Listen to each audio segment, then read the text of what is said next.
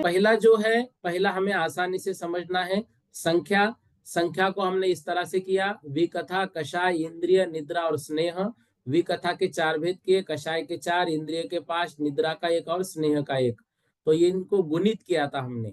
तो सर्व प्रमादों की संख्या 80 हो गई थी ऊपर। अब हमने नीचे क्या किया, पहले तो प्रथम पिंड का विरलन किया। स्त्री, भक्त, राज और अवनी, ये चारों के एक एक भाग। और इस विरलन पर द्वितीय प्रमाद का पिंड रखा, चार चार चार चार, इस तरह से। तो ये क्रोधमान मायालोप चार, क्रोधमान मायालोप चार, क्रोधमान मायालोप चार, क्रोधमान मायालोप। और फिर ये क्रोधमान मायालोप स्त्री कथा, क्रोधमान मायालोप भक्त कथा, क्रोधमान मायालोप राज कथा, क्रोधमान मायालोप अवनी कथा। अब आगे क्या कर रहे हैं, इनका जोड़ करने पर 16 आए। अब इस प्रथम प्रमाद का पिंड इसको समझना है, और इस प्राप्त प्रथम प्रमाद पिंड का विरलन करना है। विरलन करना मतलब इसको फिर से भागों में बांटना है। तो हमने जैसे क्रोध चार लिखे थे, तो चारों को अलग अलग करेंगे। क्रोध मान माया लोभ स्त्री, क्रोध मान माया लोभ भक्त कथा, क्रोध मान माया लोभ राज कथा, क्रोध मान माया लोभ अवनिपाल कथा। तो ये 16 ऐसे इसके भेद हो गए। अब इसके ऊपर अगले पिंड को रखना है। तो अगला पिंड कौन सा, इंद्रिय। इंद्रिय के पिंड को मतलब पूरे पांचों इंद्रियों के इसके ऊपर रखना है। तो हमने पहले विरलन किया, और विरलन में ये जो 16 भाग आए थे, 16 पर पांचों इंद्रियों को रखा। स्पर्शन, रसना, घ्राण, चक्षु, कर्ण, फिर क्रोधी और स्त्री। ऐसे हमने ये इसके पांच भेद हो जाएंगे। फिर दूसरे लाइन के पांच भेद हो जाएंगे, तीसरे लाइन के पांच, ऐसे पांच पांच पांच पांच हम भेद करते जाएंगे। तो इसका जोड़ कितना आएगा, 80। आगे निद्रा व प्रणय एक ही है, उन्हें उपयुक्त विधि से रखने पर भी भंग 80 ही होते हैं, क्योंकि वो एक एक ही है। तो इन 80 भंगों को कैसे बोला जाएगा, तो देखिए ऐसे बोलेंगे हम। स्नेहवान, निद्रालु, स्पर्शन इंद्रिय के वशीभूत, क्रोधी स्त्री कथालापी, क्योंकि क्रोध का लिया हमने पहले। फिर स्नेहवान, निद्रालु, अब इंद्रिय बदल रहे, क्योंकि हमने इंद्रियों का जो पिंड है वो पांच रूप में रखा है ऊपर। तो फिर इंद्रिय बदलेंगे, सिर्फ स्नेहवान, निद्रालु, रसना इंद्रिय के वशीभूत, क्रोधी स्त्री कथालापी। स्नेहवान, निद्रालु, घ्राण इंद्रिय के वशीभूत, क्रोधी स्त्री कथालापी। फिर स्नेहवान, निद्रालु, चक्षु इंद्रिय के वशीभूत, क्रोधी स्त्री कथालापी। स्नेहवान, निद्रालु, कर्ण इंद्रिय के वशीभूत, क्रोधी स्त्री कथालापी। इस तरह से इंद्रिय। फिर क्रोध की जगह पे हम लेंगे मान, फिर माया, फिर लोभ, और फिर स्त्री कंटिन्यू चलेगी। फिर ये सारे कषाय कंप्लीट हो गए पांचों इंद्रियों के साथ। तो फिर स्त्री कथा जो है वो परिवर्तित होगी। ऐसे कुल मिलाकर ये भेद हम आगे आगे बनाए जाएंगे। तो ये 80 भेद होते हैं। मैंने देखा बहुत लोगों ने ये भेद बनाकर मुझे व्हाट्सअप किए, लगभग सभी ने बहुत अच्छे से प्रयास किया है। तो ये करने से होगा हमको, ये जो है ना, हम यहाँ पर जो पढ़ रहे हैं इसको प्रैक्टिकल करके देखेंगे तो निश्चित रूप से हमें ये और विषय जो है अच्छी तरह से समझ में आ गया। प्रस्तार जो है वह द्वितीय प्रकार इसका निकलने का। दूसरे प्रमाद का जितना प्रमाण है उतनी जगह पर प्रथम प्रमाद के पिंड को रखकर उसके ऊपर एक पिंड के प्रति आगे के प्रमाद में से एक एक का निक्षेपण करना, और आगे भी सर्वत्र इसी प्रकार करना। अब ये देखिए चार्ट, आप चार्ट देखो तो आसानी से समझ में आएगा। अब द्वितीय प्रमाद पिंड के प्रमाण बार प्रथम प्रमाद पिंड का रखना है। तो विकथा कितनी, चार। तो यहाँ विकथा चार चार चार हमने बांट दी यहाँ पर इस तरह से। अब यहाँ पर क्या कर लिया, विकथा चारों है, एक क्रोध लिया, एक मान लिया, एक माया और ये लोभ। इस तरह से हमने इसको जोड़ किया तो ये 16 हो गया। यह जो 16 आया इसे प्रथम प्रमाद का पिंड समझना। इंद्रियों को द्वितीय प्रमाद का पिंड, पुनः द्वितीय प्रमाद पिंड प्रमाण बार प्रथम प्रमाद पिंड, ये जो है ये चार चार, ये 16 हो गए थे। तो हमने 16 को है चार भागों में बांट दिया, 16 16 16। क्योंकि ये विकथा और कषाय ऐसे दोनों के मिलाकर हम भेद करेंगे तो ये 16 भेद हो जाएंगे। इसके ऊपर द्वितीय प्रमाद पिंड के एक एक भेद रखो, तो मतलब 16 के ऊपर स्पर्शन एक, रसना एक, घ्राण एक, चक्षु एक, कर्ण एक। तो ऊपर जैसे दिया है ये उसी को निकालने का दूसरा तरीका है बस। इन 80 भंगों को हम कैसे बोलेंगे? स्त्री कथालापी क्रोधी स्पर्शन इंद्रिय के वशीभूत निद्रालु स्नेहवान। अब ऊपर जो दिया था स्नेहवान निद्रालु स्पर्शन इंद्रिय की वशीभूत क्रोधी स्त्री कथालापी, और इसमें अब उससे सीधा उल्टा हो जाएगा। पहले स्त्री कथालापी क्रोधी स्पर्शन इंद्रिय के वशीभूत निद्रालु स्नेहवान, ऐसे भक्त कथालापी, क्योंकि यहाँ पर हमने पहला ही पिंड क्या लिया था? कथा लिया। तो इस तो प्रत्येक इसमें क्या होगी? कथा परिवर्तित होगी, कथा के बाद कषाय परिवर्तित होगी, कषाय के बाद फिर इंद्रिय परिवर्तित होंगे, और निद्रालु और स्नेहवान तो सबके साथ वैसे ही रहने है ही। इस तरह से यहाँ पर ये इनके भेद हो गए। फिर 39वीं गाथा में हमने समझा था प्रथम प्रस्तार का परिवर्तन कैसे होगा। तो परिवर्तन की व्याख्या क्या आई थी? प्रमाद का तृतीय स्थान अंत को प्राप्त होकर जब फिर से आदि स्थान को प्राप्त हो जाए तब प्रमाद का दूसरा स्थान भी बदल जाता है। इस प्रकार जब दूसरा स्थान भी अंत को प्राप्त होकर फिर आदि को प्राप्त हो जाए तब प्रथम प्रमाद का स्थान बदल जाता है। निद्रा और स्नेह इसका दूसरा भेद नहीं, इसलिए इसमें अक्ष संचार नहीं होता। अब देखिए, अक्ष परिवर्तन प्रथम प्रस्तार की अपेक्षा अंत के अक्ष को प्रथम भेद से लेकर अंतिम भेद तक हमको ले जाना है। तो हम ये कैसे ले जाएंगे? स्नेहवान निद्रालु स्पर्शन इंद्रिय के वशीभूत क्रोधी स्त्री कथालापी, ठीक है ना? स्नेहवान निद्रालु रसना इंद्रिय के वशीभूत क्रोधी स्त्री कथालापी। यहाँ पर क्या कर रहे हैं हम? जो इंद्रिय है उन इंद्रियों को परिवर्तित करने जा रहे हैं। जब अक्ष अंतिम स्थान को प्राप्त हो जाए, अब ये जो है ऐसा अंतिम स्थान को पूछे, इस अक्ष को पुनः प्रथम स्थान से प्रारंभ करना चाहिए और पूर्व के अक्ष को लेकर अगले स्थान पर ले जाना है। तो स्नेहवान निद्रालु कर्ण इंद्रिय की वशीभूत क्रोधी स्त्री कथालापी। अब यहाँ पर ये क्या कर लिया हमने? ये कर्ण इंद्रिय जो है ये अंतिम स्थान पर ऐसे पांचवें इंद्रिय पे पहुंच गया, और अब फिर से क्या किया? स्नेहवान निद्रालु स्पर्शन इंद्रिय के वशीभूत मानी स्त्री कथालापी। ये इस तरह से ये भेद जो है वो पहला मतलब दूसरी बार जो हमने निकाला था उसी की तरह से ये भी भेद निकलते जाएंगे। तो ये ऐसे करके कुल मिलाकर ये 80 भेद होते हैं। ऐसा करते हुए जब तृतीय और द्वितीय अक्ष अंत स्थान पर पहुंच जाए तब द्वितीय व तृतीय अक्ष के प्रथम स्थान को स्थापित करना चाहिए, प्रथम अक्ष को अगले स्थान पर ले जाना है। तो स्नेहवान निद्रालु कर्ण इंद्रिय के वशीभूत लोभी स्त्री कथालापी, फिर कर्ण के बाद सीधा फिर पहला इंद्रिय आएगा स्नेहवान स्पर्शन इंद्रिय के वशीभूत क्रोधी भक्त कथालापी। यहाँ पर जो कथा है वो चेंज हो जाएगी। ऐसे इसको आगे आगे में करेंगे, ऐसा सभी अक्ष स्थानों के अंतिम भेद प्राप्त होने तक करना है। मैं फिर से कह रहा हूं, यह जो है ये खुद एक बार हमको करके देखना है। ज्यादा वक्त नहीं लगेगा, आधा घंटा लगेगा, लेकिन प्रत्येक को लिखकर हम देखेंगे कि ये इसके बाद ये आता है, इसके बाद ये आता है, इसके बाद ये आता है। और ये चार्ट आपके सामने रखना, तो ये जो है इससे आप चेक करना कि बराबर आ रहा है क्या। तो ये सब जो है 80 भेद आपको लगाते आएंगे। फिर जो है परिवर्तन के बाद दूसरे प्रस्तार का परिवर्तन दूसरे प्रकार से और कैसे होगा? तो प्रथम अक्ष जो विकथा रूप प्रमा स्थान वो घूमता हुआ जब क्रम से अंत तक पहुंचकर फिर स्त्री कथा रूप आदि स्थान पर आता है, तब दूसरा कषाय का स्थान क्रोध को छोड़कर मान पर आता है। इसी प्रकार जब दूसरा कषाय स्थान भी अंत को प्राप्त होकर फिर आदि क्रोध स्थान पर आता है, तब तीसरा इंद्रिय स्थान बदलता है, अर्थात स्पर्शन को छोड़कर रसना पर आता है। अब ये देखिए, एक ही बात को ये क्या कर रहे हैं, मतलब वही 80 भेद रहेंगे, लेकिन इनका परिवर्तन कैसे कैसे करना है ये यहाँ पर समझा रहे हैं। तो स्त्री कथालापी क्रोधी स्पर्शन इंद्रिय वशीभूत निद्रालु स्नेहवान। फिर यहाँ पर क्या चेंज कर लिया? कथा भक्त कथालापी क्रोधी स्पर्शन इंद्रिय राज कथा, फिर अवनिपाल कथा। ये यहाँ पर हमने क्या लिया? यहाँ पर स्पर्शन इंद्रिय लिया। फिर स्त्री कथा यहाँ पर आएगी, और फिर ये जो है ये रसना इंद्रिय हो जाएगा, फिर बाकी सब यही रहेगा। फिर घान इंद्रिय होगा, फिर चक्षु इंद्रिय होगा, फिर कर्ण इंद्रिय होगा। ऐसे 4 होने के बाद जो है फिर अगला भेद जो है ये चेंज होगा। तो जब प्रथम अक्ष अंत स्थान को प्राप्त हो गया, तो प्रथम अक्ष को पुनः प्रथम भेद पर ले जाओ तथा द्वितीय अक्ष को अगले भेद पर ले जाओ। तो अब यहाँ पर अवनिपाल कथालापी क्रोधी स्पर्शन इंद्रिय के वशीभूत निद्रालु स्नेहवान, मतलब उल्टा ले रहे हैं। फिर स्त्री कथालापी मानी स्पर्शन इंद्रिय के वशीभूत निद्रालु स्नेहवान, भक्त कथालापी मानी स्पर्शन इंद्रिय के वशीभूत निद्रालु स्नेहवान, राज कथालापी मानी स्पर्शन इंद्रिय के वशीभूत निद्रालु स्नेहवान। फिर अवनिपाल कथालापी मानी स्पर्शन इंद्रिय के वशीभूत निद्रालु स्नेहवान। फिर स्त्री कथा लापी मायावी, क्योंकि ये मान के बाद जो है यहाँ पे मायावी आएगा। ऐसा प्रत्येक इंद्रिय को हम लेंगे, मतलब प्रत्येक कषाय को इसमें चेंज करेंगे। ऐसा करते हुए जब प्रथम एवं द्वितीय अक्ष अंत स्थान को प्राप्त हो जाए, तब प्रथम व द्वितीय अक्ष को प्रथम भेद पर ले जाओ और तृतीय अक्ष को अगले भेद पर ले जाओ। तो अवनिपाल कथालापी लोभी स्पर्शन इंद्रिय के वशीभूत निद्रालु स्नेहवान, इस तरह से ये लगाते जाने हैं। ऐसा तब तक करते रहना जब तक कि सारे अक्षों के अंत स्थान प्राप्त ना हो जाए। प्रत्येक का अंत इसमें होना चाहिए। स्त्री कथा, भक्त कथा, राजकथा, अवनिपाल कथा, फिर लोभ का मतलब कषायों का अंत होगा, फिर इंद्रियों का, ऐसे प्रत्येक इंद्र आना चाहिए।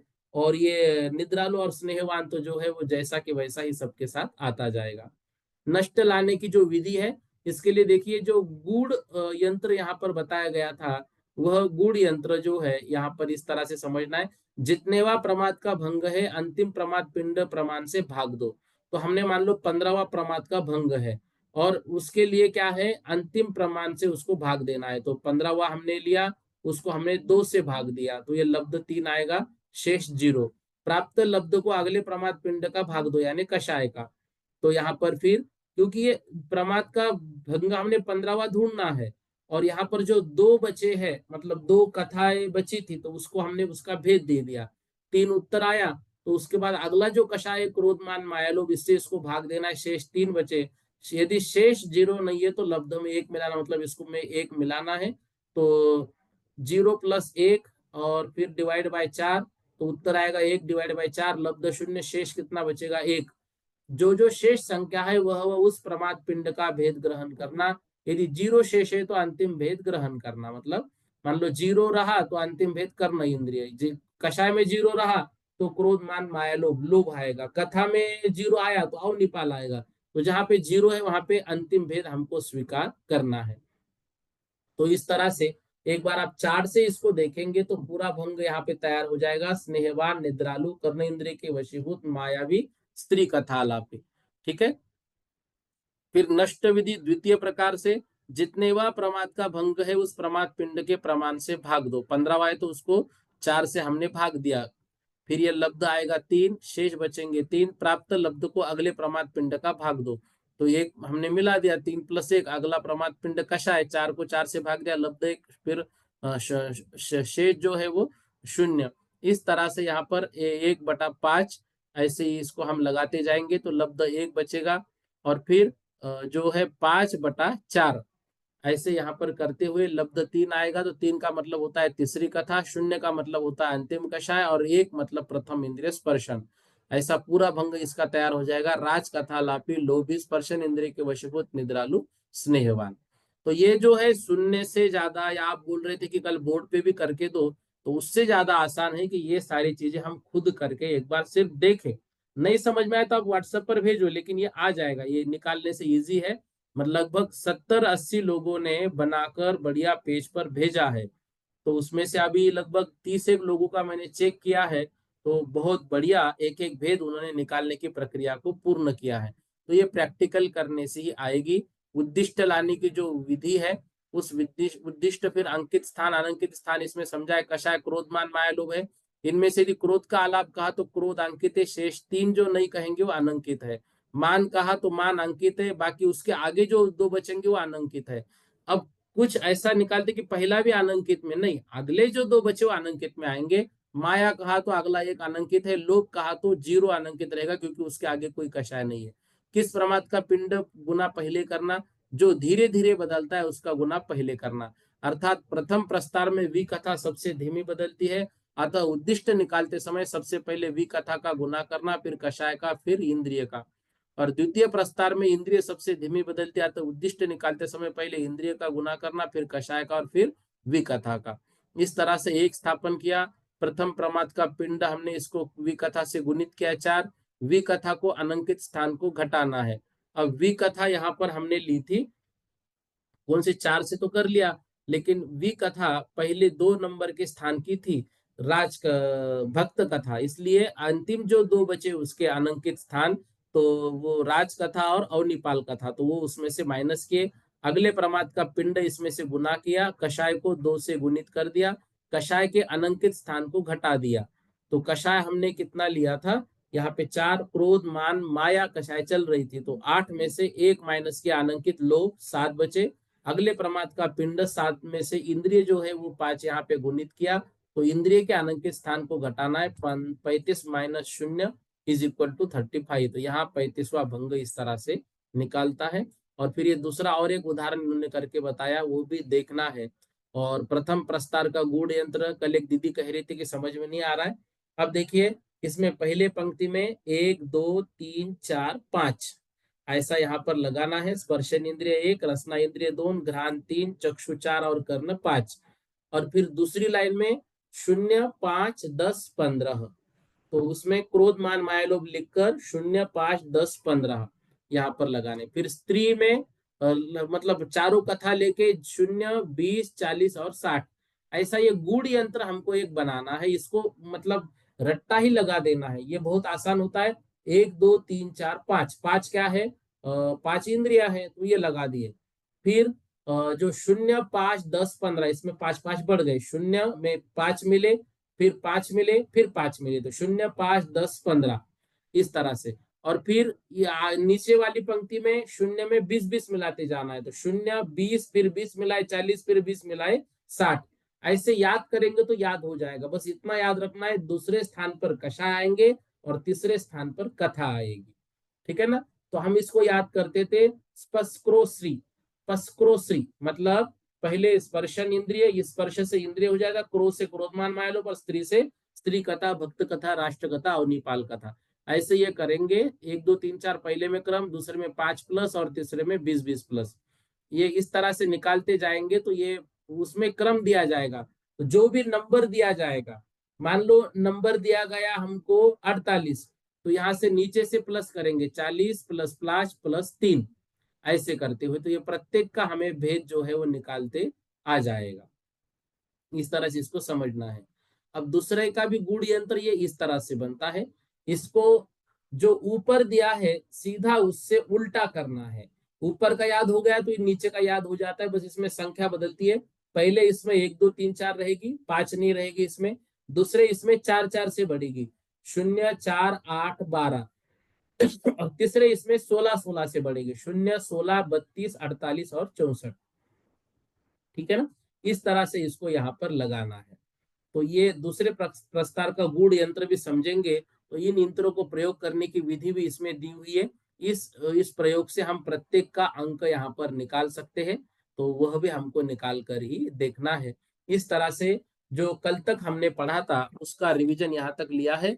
उसके आगे जो है अब 45वीं गाथा में 7वें गुणस्थान का यहाँ पर वर्णन करेंगे, तो वह 7वें गुणस्थान का वर्णन हमको अभी पढ़ना है। तो 7वें गुणस्थान के माध्यम से हमें अभी मुनि महाराज जी की जो चर्या है उस चर्या का विशेष व्याख्यान यहाँ पर किया जाएगा, मुनि महाराज जी की चर्या के माध्यम से। तो उस चर्या को समझकर जो मुनिचर्या होती है, मुनिचर्या को भी हमें अच्छे से समझना है। उससे पहले देखिए, दो चीजें हमें अच्छे से समझनी है, क्योंकि अभी 7वें गुणस्थान से प्रथमोपशम और द्वितीयोपशम की चर्चा आएगी। द्वितीयोपशम सम्यक तो क्या है, तो पहले दिन की कक्षा में हमने समझा था कि द्वितीयोपशम की आवश्यकता जब होगी तब हम उसको समझेंगे। अब देखिए, प्रथम उपशम सम्यक तो हम सब श्लोक समझ गए हैं। मिथ्या दृष्टि जीव जब जब भी उपशम सम्यक तो प्राप्त करता है वह प्रथम उपशम सम्यक तो कहलाता है। चाहे वो सादी मिथ्या दृष्टि हो चाहे अनादि मिथ्या दृष्टि हो, मिथ्या दृष्टि जीव यदि है तो वह जीव जब जब भी सम्यक्त्व को प्राप्त करता है वह प्रथमोपशम सम्यक्त्व कहलाता है। प्रथमोपशम सम्यक्त्व यह अनादि मिथ्या दृष्टि जीव जो होगा उसके अनादि मिथ्या दृष्टि जीव के दर्शन मोह की केवल मिथ्यात्व प्रकृति ही सत्ता में रहेगी, क्योंकि अनादि से है तो उसने मिथ्यात्व के 3 टुकड़े नहीं किए। इसलिए यह जीव केवल 5 प्रकृतियों का उपशम करता है। लेकिन सादी मिथ्या दृष्टि जीव जो है, जो सम्यक्त्व से गिरकर मिथ्यात्व में आया है, वह वो मिथ्यात्व के 3 टुकड़े करता है। इस प्रकार वह जो है मोहनी कर्म की सभी 28 27 या 26 प्रकृतियों की सत्ता वाला होता है, क्योंकि उसके मिथ्यात्व के 3 टुकड़े हो गए। अतः कोई सादी मिथ्या दृष्टि जो 7 प्रकृतियों का उपशम से, कोई 6 के, अथवा कोई 5 प्रकृति के उपशम से भी प्रथम उपशम सम्यक तो प्राप्त करता है। और इसका जघन्य उत्कृष्ट काल अंतर्मुहूर्त है। तो जब प्रथम उपशम सम्यक्तों का काल व्यतीत हो जाएगा तो दर्शन मोह प्रकृति की मिथ्यात्व प्रकृति का उदय हो जाने पर वह पहले गुण स्थान में जाएगा। सम्यक मिथ्यात्व उदय आया तो तीसरे में जाएगा, और सम्यक प्रकृति का उदय आया तो चतुर्थ गुण स्थान में ही क्षायोक्षमिक सम्यक्त्व बनकर वह रहेगा। और उसमें से यदि जघन्य से एक समय और उत्कृष्ट से 6 अवली काल शेष रहा औपशमिक सम्यक्त्व का, और अनंताबंदी का उदय आया अनंतानुबंधी का, तो दूसरे गुण स्थान में वह चला जाता। यह बात हमने प्रथम औपशम सम्यक्त्व के विषय में समझी थी।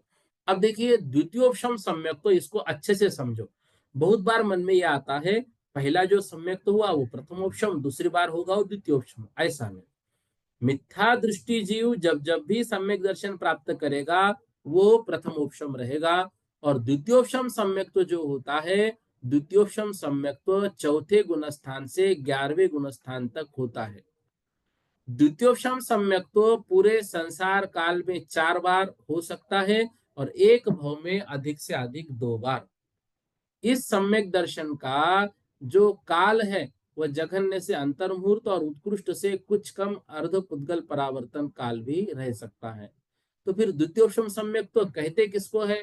देखो, उपशम श्रेणी के सम्मुख चतुर्थ से सप्तम गुणस्थान वर्ती क्षायोपशमिक सम्यक दृष्टि जीव के, ध्यान से, जो उपशम श्रेणी के सम्मुख है ऐसा चतुर्थ से सप्तम गुणस्थान वर्ती क्षायोपशमिक सम्यक दृष्टि जीव के। देखो, उपशम श्रेणी के सम्मुख क्षायोपशमिक सम्यक दृष्टि मतलब द्वितीयोपशम सम्यक तो कौन प्राप्त करेगा? क्षायोपशमिक सम्यक दृष्टि। तो व्याख्या क्या बनाएंगे हम? उपशम श्रेणी के सम्मुख चतुर्थ से सप्तम गुणस्थान वर्ती क्षायोपशमिक सम्यक दृष्टि जीव के जो उपशम सम्यक तो होता है वह द्वितीयोपशम सम्यक तो कहलाता है। फिर से एक बार, उपशम श्रेणी के सम्मुख चतुर्थ से सप्तम गुणस्थान वर्ती क्षायोपशमिक सम्यक दृष्टि जीव के जो उपशम सम्यक तो होता है वह द्वितीयोपशम सम्यक तो कहलाता है। इस सम्यक दर्शन के लिए क्या आवश्यक हो गया? क्षायोपशमिक सम्यक दृष्टि जीव ही यहाँ पर आवश्यक है। और क्षायोपशमिक सम्यक दृष्टि जीव सर्वप्रथम अनंतानुबंधी की विषय योजना 3 करणों के माध्यम से करता है। जो हमने सम्यक दर्शन प्राप्त करते समय करण देखे थे ना, तो जो उसमें अंतिम करण आया था वह अधकरण, अप्रवृत्तिकरण और अपूर्वकरण और अनिवृत्तिकरण। तो यह जो करण है वह कर्णों के माध्यम से फिर पुनः 3 करण करके दर्शन मोह की तीनों ही प्रकृतियों का उपशम करता है। इस द्वितीयोपशम सम्यक्त्व के लिए कुछ आचार्य अनंतानुबंधी की विषय योजना आवश्यक मानते हैं, कुछ आचार्य नहीं भी मानते हैं। अनंतानुबंधी की विषय योजना हो चाहे ना हो, विषय योजना क्या है वो भी समझेंगे। देखिए, द्वितीयोपशम सम्यक्त्व प्राप्त होने के पश्चात यह जीव नियम से उपशम श्रेणी आरोहण करता ही है। तो द्वितीयोपशम सम्यक तो क्यों प्राप्त किया जाता है? द्वितीयोपशम सम्यक तो इसलिए प्राप्त किया जाता है क्योंकि उपशम श्रेणी चढ़नी है। अब उपशम श्रेणी चढ़नी तो कर्मों का उपशम होगा, तो वह कौन सा गुणस्थानवर्ती जीव प्राप्त करेगा? चौथे से 7वें गुणस्थानवर्ती जो जीव है वह प्राप्त करेगा। और द्वितीयोपशम सम्यक तो कहाँ तक रह सकता है? चौथे गुणस्थान से 11वें गुणस्थान तक। ठीक है, तो अंतःकरण की निर्मलता चाहिए तब विषय योजना होती है, अतः यह जीव तीनों करणों को प्राप्त होता है। यह परिणाम आत्मा के करण है। अब देखो, अनंतानुबंधी को हमने उस दिन समझा था, उसको दबाना प्रशस्त उपशम और उसको प्रमुख उदय करना अप्रशस्त उपशम है। इस तरह से यहाँ पर जो द्वितीयोपशम सम्यक्त्व है, इस द्वितीयोपशम सम्यक्त्व को हमने यहाँ पर समझा। अब यहाँ पर जो एक शब्द आया अनंतानुबंधी की विषय योजना, वह आचार्य महाराज खुद जो अगली गाथा अभी मतलब गाथाएं आएंगी उसमें जो अनंतानुबंधी है, अनंतानुबंधी की सत्ता जो है उस सत्ता का अप्रत्याख्यान आदि में बदलना यह विषय योजना कहलाती है। ये खुद अभी आने वाले विषय में आएगा। सिर्फ अभी इतना याद रखना है, जो सत्ता में अनंतानुबंधी है वह अनंतानुबंधी अप्रत्याख्यान, प्रत्याख्यान, संज्वलन आदि रूप में बदल जाती है। उसका नाम है विषय योजना। इसको हम एक शब्द जैसे हमने सीखा था अप्रशस्त उपशम, मतलब अनंतानुबंधी की सत्ता अप्रत्याख्यान प्रत्याख्यान संजुलन रूप में परिवर्तित होकर उदय में आ रही है। तो अनंतानुबंधी की सत्ता का अप्रत्याख्यान आदि में बदल देना ही सत्ता का, वह उदय में आ रही थी, वह क्या था, वो अप्रशस्त उपशम था। लेकिन यहाँ पर क्या है, हमने सत्ता में ही उसको विषय योजना कर दी, मतलब उसको अप्रत्याख्यान आदि में बदल दिया। तो इस प्रकार से यहाँ अनंत अनुबंधी की विशेषणा भी इतनी याद रखनी है। बाकी जो है वो हम और भी आगे यहाँ पर समझेंगे।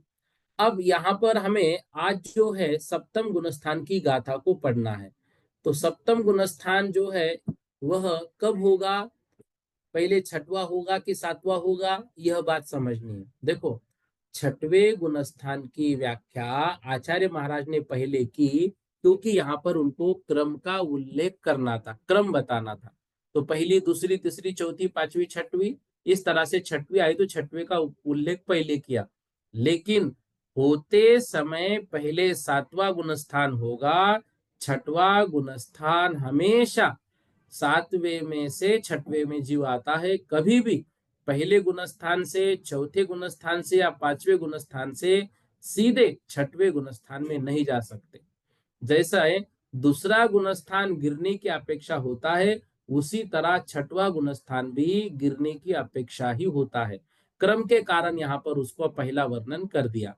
तो हमने छठे गुणस्थान में समझा था, प्रत्याख्यानावरण कषाय के अनुदय से जहां संपूर्ण संयम तो हो चुका है, नहीं, जो पांचवा गुण स्थान है वहां पर अप्रत्याख्यानावरण कषाय के जो उदय है, उस कारण से जो किंचित संयम है, उस किंचित संयम को धारण किया था और किंचित संयम हो भी नहीं पाया, मतलब विरता विरत अवस्था थी।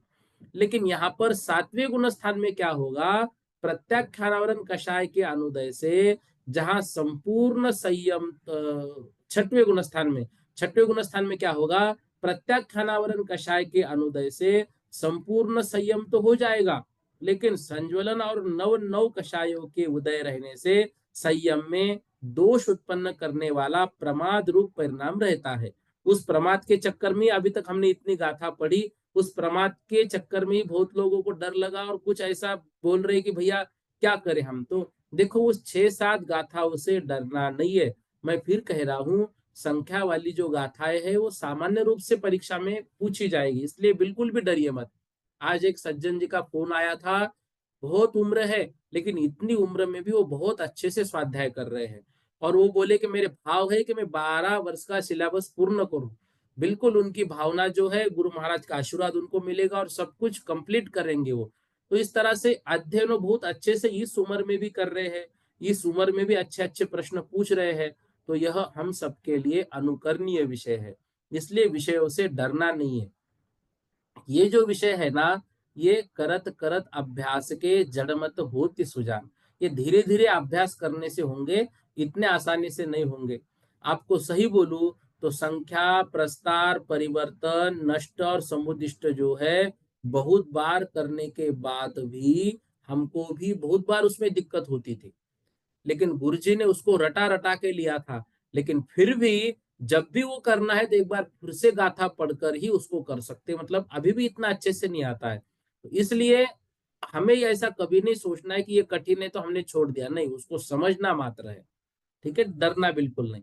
तो छठवें गुण स्थान में हमने क्या पढ़ा था, प्रत्याख्यानावरण कषाय के अनुदय से जहां संपूर्ण संयम तो हो चुका है, किंतु संजुलन और नव नव कषाय के उदय रहने से संयम में दोष उत्पन्न करने वाला प्रमादरूप परिणाम रहता है।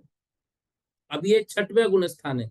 छठवें गुण स्थान की व्याख्या पहले क्यों की, क्योंकि क्रम से वो आ रहा था। बट होता पहले कौन सा है, होता पहले सातवां गुण स्थान ही है। छठवां गुण स्थान पहले नहीं होता है, पहले होता है सातवां गुण स्थान। तो सातवें गुण स्थान को सामान्य रूप से हम क्या कहेंगे, जब संज्वलन के और नव नव कषायों के मंद उदय से, जब संज्वलन के और नव नव कषायों के मंद उदय से सकल संयम से युक्त मुनि के प्रमाद रूप परिणामों का अभाव हो जाता है।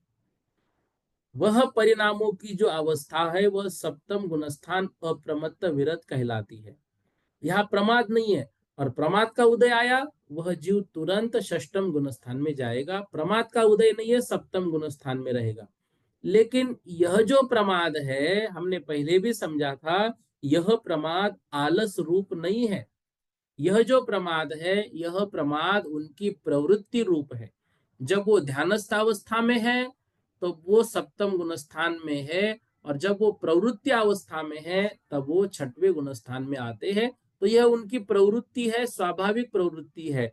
और हमने ये देखा था, वह जो प्रवृत्ति है सभी की भिन्न भिन्न होती है। चित्र विचित्र प्रवृत्ति शब्द हमने पढ़ा, तो इस तरह से वो सबकी अलग अलग होती है। इस गुणस्थान के दो भेद है, स्वस्थान और सातिशय। तो देखिए, गाथा के माध्यम से हम इसको समझने का प्रयास करते हैं। तो जो गाथा है वो आपके स्क्रीन पर है। हाँ, 45वीं गाथा, अप्रमत्त विरत, जो 7वां गुणस्थान है। संजलन नो कसाया, संजलन नो कसाया, नुदवो मंदो जदा तदा होदी, नुदवो मंदो जदा तदा होदी, अपमत्त गुणो तेनय, अपमत्त गुणो तेनय, अब अपमत्तो संजदो होदी, अपमत्तो संजदो होदी। क्या कह रहे हैं?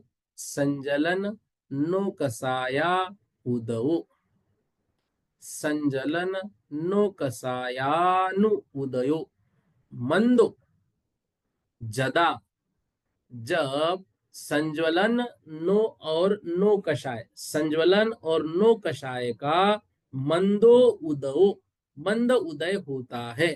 कब? जब जदा तदा आया, तो जब संज्वलन नो कषाय का मंद उदयो, मंद उदय होता है, तदा होदी, तब हो जाता है। क्या होता है? अपमत्तो संजदो होदी, उस मुनि महाराज का अपमत्तो, अपमत्तो मतलब प्रमाद का अभाव हो जाता है।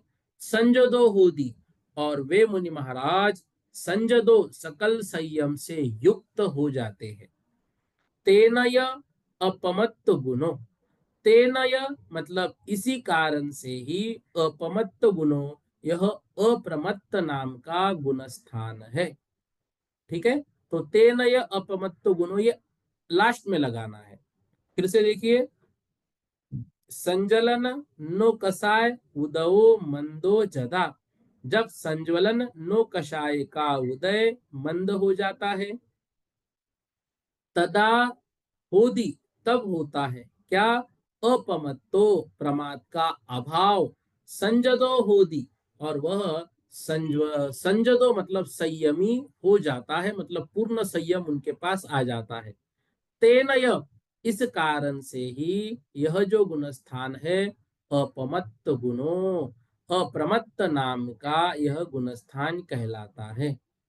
इसके दो भेद हैं, स्वस्थान अप्रमत्त और दूसरा सातिशय अप्रमत्त। ठीक है, अब देखिए, अप्रमत्त संयत, तो मुनि जीवन में सर्वप्रथम कौन सा गुणस्थान प्राप्त करेंगे? 7वां गुणस्थान ही प्राप्त होता है। छठवां गुणस्थान 7वें का काल समाप्त होने पर प्राप्त होता है। तो मतलब मुनि महाराज 6वें 7वें में झूलते रहते हैं। कब तक झूलते रह सकते हैं?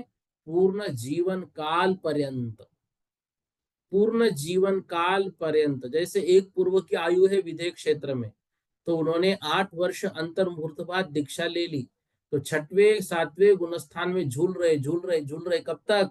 जब तक उनके आयु का अंतिम अंतर मुहूर्त ना आ जाए। और हो सकता है तब अंतिम अंतर मुहूर्त में केवल ज्ञान होकर उनको मोक्ष हो जाए, लेकिन बीच के काल में वो 6वें 7वें में घूमते रहते हैं। 7वां जो है, वहां से ऊपर चढ़ना थोड़ा सा कठिन कार्य है। कठिन मतलब चढ़ते तो है, लेकिन वहां पे पुरुषार्थ भी उतना ही करना पड़ेगा। पुरुषार्थ करके ही वहां से ऊपर उठ सकते हैं। तो अप्रमत्त विरत में परिणाम कैसे रहेंगे? प्रमाद का अभाव हो गया, इस कारण से सकल संयम से युक्त हुआ। और इसमें उदय क्या है? संज्वलन और नौ कषाय का जो उदय है वह अब मंद हो गया। छठवें गुण स्थान में तीव्र था, यहाँ पर मंद हो गया। और तीन कषाय चौकड़ी का अनुदय, तो अनंतानुबंधी अप्रत्याख्यान और प्रत्याख्यान का अनुदय हो गया। संज्वलन नो कषाय का यहाँ पर क्या हो जाएगा? इनके लिए उदय यहाँ पर रहेगा। तो देखिए, अप्रमत्त जो गुणस्थान है, अप्रमत्त गुणस्थान जब संज्वलन और नो कषाय का मंद उदय होता है, तब सकल संयम से युक्त मुनि के प्रमाद का अभाव हो जाता है। इसलिए इस गुणस्थान को अप्रमत्त संयत गुणस्थान कहते हैं। अब अप्रमत्त जो गुणस्थान है इसको दो भागों में बांटा, स्वस्थान और जो स्वस्थान प्रमत्त। और देखो यहाँ पर सातिशय, तो हमने ये स्वस्थान और सातिशय शब्द किस में पढ़े थे? ये मिथ्यात्व में भी हमने पढ़े थे। तो जो मिथ्यात्व में रचा पचा है वो स्वस्थान, और अभी जो मिथ्यात्व से सम्यक दर्शन में जाएगा वो सातिशय। ठीक इसी तरह से जो सातवें में ही है वो स्वस्थान, और जो अब सातवें से आठवें में जाने योग्य परिणाम बना रहा है वह जो जीव है वह सातिशय अप्रमत्त। इस तरह से इन दोनों में हमको समझना है।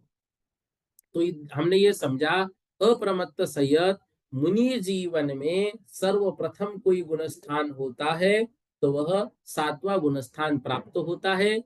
और छठवां जो गुणस्थान है, छठवां गुणस्थान सातवें का काल समाप्त होने पर प्राप्त होता है। तो इस तरह से जो 45वीं गाथा है, 45वीं गाथा में हमको समझना है। देखिए आगे 46वीं गाथा में इसी को और विशेषता के माध्यम से बता रहे हैं, फिर हम सातवें गुणस्थान को और अच्छे से समझेंगे। देखो, नट्ठा से सपमादो, नट्ठा से सपमादो, वयगुणशीलोलिमण्डियो नानी, वयगुणशीलोलिमण्डियो नानी, अनुवसमवखवो, अनुवसमवखवो, झानली झाननी लीनोहु अपमत्तो, झाननी लीनोहु अपमत्तो, झाननी लीनो ऐसा लेना है, झाननी लीनोहु अपमत्तो। देखिए 46वीं गाथा में क्या कह रहे हैं? नट्ठा शेष पमादो, नट्ठा नष्ट हुआ है, शेष पमादो संपूर्ण शेष प्रमाद, मतलब जो प्रमाद के हमने व्यक्ता व्यक्त भेद किए थे वो सारे के सारे जो सही प्रमाद है वो नष्ट हुए हैं। और वह व्रत अर्थात संपूर्ण महाव्रत, गुण 28 उनके मूल गुण, शील जितने भी शील दिए हैं उन सभी शीलों से मंडियो मतलब युक्त है। वह जो है वह व्यक्तिमत्व, वे महामुनिराज जी व्रत मतलब महाव्रत, गुण मतलब 28 मूल गुण, और जितने भी शील बताए हैं उन सभी शीलों से युक्त है। अनानी अर्थात ज्ञानी है। यहाँ ज्ञानी का मतलब भेद विज्ञान के ज्ञानी, शरीर और आत्मा का भेद विज्ञान जिन्होंने किया है उसको यहाँ पर शब्द दिया है नानी। ठीक है, ये ध्यान रखना। कोई ये कहे कि भाई चौथे गुण स्थान में भी नानी है, तो ज्ञानी चौथे गुण स्थान क्या, जो मिथ्या दृष्टि जीव है अभव्य है वो भी ज्ञानी है। ज्ञानी की व्याख्या अलग अलग प्रकार से आगम में मिलती है। अभव्य जीव को कितना ज्ञान हो सकता है? तो जो 11 अंग और 10 पूर्वों का ज्ञान अभव्य जीव कर रहा है, अभव्य जिसको सम्यक दर्शन प्राप्त नहीं हो रहा है, तो उसको हम नानी नहीं कहेंगे, वो ज्ञानी है लेकिन उसकी व्याख्या अलग होगी। जो चतुर्थ गुण स्थानवर्ती जीव है वो ज्ञानी अलग।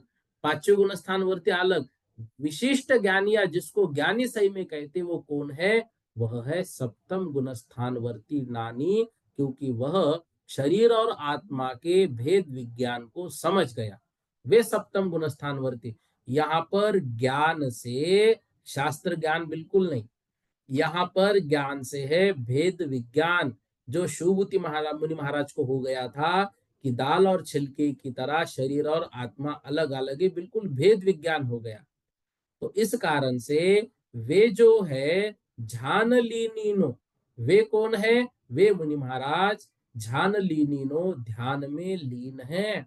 नानी किसको कहा? ज्ञानी उसको कहा जो आत्मा का भेद विज्ञान कर रहे हैं। और आत्मा का भेद विज्ञान कौन करेंगे? झान लीनीनो। वो शिवभूति महामुनिराज जाकर पेड़ के नीचे बैठ गए और ध्यान में लीन हो गए और ये चिंतन कर रहे हैं आत्मा अलग है, शरीर अलग है, जैसे दाल अलग है और छिलका अलग है, बस ध्यान में लीन हो गए। तो ध्यान लीनीनो नानी, जो ध्यान में लीन है वे ज्ञानी। ठीक है, ये रिक्त स्थानों की पूर्ति में आ सकता है। तो ज्ञानी किसको कहा है? तो ज्ञानी की ये व्याख्या है। ठीक है, तो शरीर और आत्मा के भेद ज्ञान में तथा मोक्ष के कारणभूत ध्यान में निरंतर लीन रहता है, वह ज्ञानी। ऐसे महामुनिराज उ समो खवो शब्द के पहले उन्होंने क्या लगा दिया? अ शब्द लगा दिया। तो अनु समो और अखवो मतलब उपशम और क्षपक अर्थात उपशम श्रेणी नहीं चढ़ सकते, मतलब नहीं चल रहे हैं, और क्षपक श्रेणी नहीं चल रहे हैं। तो ऐसे ज्ञानी महामुनिराज ध्यान में लीन हैं, सभी प्रकार का प्रमाद उनका नष्ट हो चुका है, महाव्रत मूल गुण और शील से जो युक्त है, ऐसे मुनि महाराज जब तक उपशम और क्षपक श्रेणी का आरोहण नहीं करते हैं, अनुवसमो अखवो मतलब उपशम श्रेणी नहीं और क्षपक श्रेणी नहीं चल रहे हैं, तब तक उनका जो उनका जो अप्रमत्त स्थान है वह कहलाता है स्वस्थान अप्रमत्त विरत। इसी स्वस्थान को दूसरा शब्द दिया है निरतिशय अप्रमत्त। उसको अगले को सातिशय कहा था, इसको निरतिशय कहा। भाई इसमें अतिशय नहीं है, और सातिशय में अतिशय से सहित है। क्यों अतिशय सहित है? क्योंकि अब ये सातवें गुण स्थान में तो है, लेकिन आठवें गुण स्थान में चढ़ने के सम्मुख है। तो उनको हम क्या कहेंगे? उनको हम कहेंगे सातिशय अप्रमत्त। इस तरह से 46वीं गाथा अर्थ तो समझा। अब जो सातवां गुण स्थान है वह दो भागों में बटा, स्वस्थान अप्रमत्त विरत और सातिशय अप्रमत्त विरत। तो स्वस्थान किसे कहा? जिसमें जीव छठवें सातवें गुण स्थान में गमनागम करता रहता है। और सातिशय अप्रमत्त विरत किसे कहा? जिसमें जीव श्रेणी आरोहण करता है। मतलब जब तक श्रेणी आरोहण नहीं हो तब तक उसका जो गुण स्थान है वह गुण स्थान कहलाएगा कौन सा? वह गुणस्थान कहलाएगा सातवां। और जैसे ही श्रेणी आरोहण कर लिया वो सातिशय अप्रमत्त से वह आठवें गुणस्थान में चला जाएगा।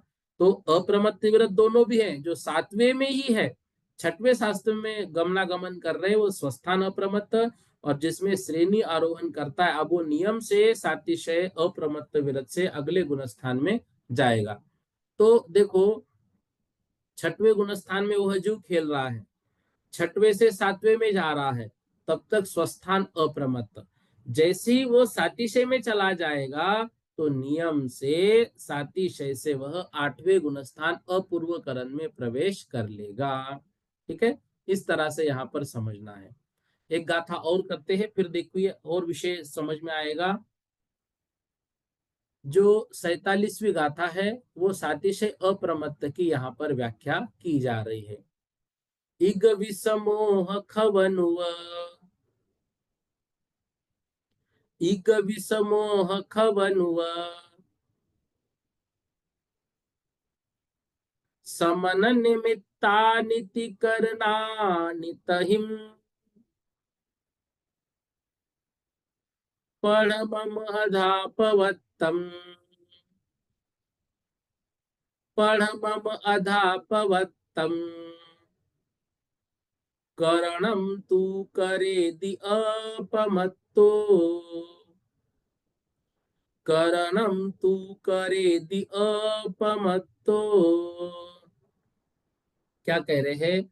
इगवीस मतलब 21, इगवीस मतलब 21, मोह अर्थात मोहनीय कर्म की, जो मोहनीय कर्म की 21, खव या फिर उव समन, खवन या फिर उव समन। तो मोहनीय कर्म प्रकृतियां कितनी? 21। तो मोहनीय कर्म की 21 प्रकृतियों का क्या करना है? खवन या फिर उव समन, क्षपन या फिर, क्षपन मतलब क्षयन मतलब क्षय करना, और उव समन मतलब उपशमन। तो मोहनीय कर्म की 21 प्रकृतियां, इगवीस 21, मोह मतलब मोहनीय कर्म की, खवन अर्थात क्षय करने से, अथवा उपशमन उपशमन करने से, निमित्तानी इस निमित्त से, इस निमित्त से क्या होता है? ती करनानी तहिम, वहां पे 3 करण होते हैं। देखो मोहनी कर्म की 21 कौन सी? अप्रत्याख्यानावरण, प्रत्याख्यानावरण, संज्वलन। ये कितनी हो गई? 4 4 4 और 12। ठीक है ना? 4 अप्रत्याख्यानावरण, 4 प्रत्याख्यानावरण, 8 और 4 संज्वलन, ये 12। ठीक है। और फिर इसमें 9 हास्यादि 9 कषाय हमने मिला दिए। हास्य, रति, अरति, शोक, भय, जुगुप्सा, स्त्रीवेद, पुरुषवेद और नपुंसकवेद। ऐसे ये कुल मिलाकर मोहनी कर्म की 21 प्रकृतियां हुई। इन 21 प्रकृतियों का हवन या उपशमन अर्थात उपशम या क्षय करने से आत्मा के ती करनानी, निमित्तानी मतलब इस निमित्त से आत्मा के 3 करनानी, 3 करण होते हैं। तो वह जो 3 करण है, वे 3 करण या 3 प्रकार के विशुद्ध परिणाम निमित्त भूत है। वो कौन कौन से है? अधकरण, अपूर्वकरण, अनिवृत्तिकरण। तू करेदी अप्रमत्त, यह अप्रमत्त जो है उनमें से सातिशय अप्रमत्ता अर्थात श्रेणी चढ़ने के लिए सम्मुख जो जीव है, वह नियम से अधापवत्तम पढ़मम, उन 3 करणों में से पहला जो अधापवत्तम है, अधकरण है, वह कर लेता है। अब जो अगला 8वां गुणस्थान है उसका नाम ही अपूर्वकरण है, 9वां गुणस्थान है उसका नाम ही अनुवृत्तिकरण है। तो अपूर्वकरण और अनिवृत्तिकरण जो है वो आगे करेगा। तो 21 प्रकार की मोहनीय कर्म के क्षय से या उपशम के निमित्त से ती करनानी, वह 3 करण करेगा, वह जीव 3 करण करेगा। उसमें से पढ़मम अधापवत्तम, उसमें से जो पहले अध प्रवृत्त करण अवस्था है, वह करण तो अपमत्तो कर दी, वह तो इस 7वें गुणस्थान में ही वो कर लेता है। तो ये जो है यह 7वें गुणस्थान में कार्य हो जाएगा। अब देखो 2 श्रेणियां हैं, उपशम श्रेणी और क्षपक श्रेणी। उपशम श्रेणी में 21 प्रकृतियों का उपशम होगा 8वें 9वें 10वें 11वें गुणस्थान में। क्षपक श्रेणी में 8वें 9वें 10वें 11वें और 8वें 9वें 10वें और 12वें गुणस्थान में 21 प्रकृतियों का क्षय होगा। अब श्रेणी का अर्थ क्या होगा? तो चारित्र मोहनी की 21 प्रकृतियों का उपशम या क्षय के निमित्तभूत वृद्धिंगत वीतराग परिणाम। अब इसमें अनंतानुबंधी को क्यों नहीं लिया? इसलिए क्योंकि अंतकरण में इसका उपशम नहीं हो सकता है, इसलिए उपशम श्रेणी चढ़ने के पूर्व ही इसको विसंयोजित कर लिया जाता है। अब क्षपक श्रेणी क्षायिक सम्यक दृष्टि ही चढ़ता है, उसके लिए अनंतानुबंधी 4 का सत्व होता ही नहीं। इस तरह श्रेणी चढ़ते समय अनंतानुबंधी 4 का सत्व ही नहीं होता, क्योंकि अनंतानुबंधी की विषय योजना जहां की, तो सत्ता का द्रव्य ही हमने अप्रत्याख्यान प्रत्याख्यान संजुलन में मोड़ दिया। अतः मोहनी की शेष प्रकृतियों का ग्रहण इसमें किया जाता है। और दर्शन मोहनी की 3 प्रकृतियां जो है वो श्रेणी चढ़ने के पूर्व ही उपशम कर दी गई या क्षय कर दिया जाता है। इसलिए इन 3 प्रकृतियों को छोड़कर बाकी का क्षय या उपशम होता है। अब जो श्रेणी आरोहण कर रहा है, मतलब ऐसे क्षायिक सम्यक दृष्टि जो मुनि महाराज है, वो उपशम श्रेणी या क्षपक श्रेणी जो आरोहण करेंगे, वो कौन? क्षायिक सम्यक दृष्टि महामुनिराज उपशम और क्षपक दोनों श्रेणी चढ़ सकते हैं। लेकिन उपशम सम्यक दृष्टि जो मुनि महाराज है, वो मात्र उपशम श्रेणी ही चढ़ेंगे, क्षपक श्रेणी नहीं चढ़ेंगे। तो इस गाथा के माध्यम से क्या बता रहे हैं? जो 3 प्रकार के करण होते हैं, वो 3 प्रकार के करण यहाँ पर होते हैं, लेकिन उसमें से जो पहला करण है वह अध प्रवृत्त करण इसी गुणस्थान में प्रारंभ हो जाता है। इस तरह से आज की कक्षा में हमने थोड़ा सा प्रथमोपशम और द्वितीयोपशम को समझ के अनंतानुबंधी 4 और दर्शन मोहनी की 3 प्रकृतियों के उपशम से मिथ्यात्व गुणस्थान के चौथे, पांचवें और सातवें गुणस्थान में मिथ्यात्व गुणस्थान से ऊपर, ठीक है ना। तो चौथे, पांचवें और सातवें गुणस्थान में जो उपशम सम्यक्त तो प्राप्त होता है वो प्रथमोपशम सम्यक्त, इसके साथ श्रेणी आरोहण नहीं कर सकते। लेकिन द्वितीय उपशम सम्यक्त जो है, उपशम श्रेणी चढ़ने के सम्मुख जो जीव है वो क्षायुक्षमिक सम्यक्तों से जो उपशम सम्यक्त प्राप्त करता है वो द्वितीयोपशम सम्यक्त है। इसके लिए क्षायुक्षमिक सम्यक्त ही आवश्यक है। और द्वितीयोपशम सम्यक्त जो प्राप्त करने की प्रक्रिया चौथे से सातवें गुण स्थान में होती है। और यह जीव पहले अनंतानुबंधी की विसंयोजना कर लेता है। और इसमें आचार्यों के दो मत है, कोई कहते जरूरी है, कोई कहते जरूरी है भी नहीं है, मतलब होती नहीं है। इस तरह से आज जो है 47वीं गाथा तक हम पढ़ते हैं।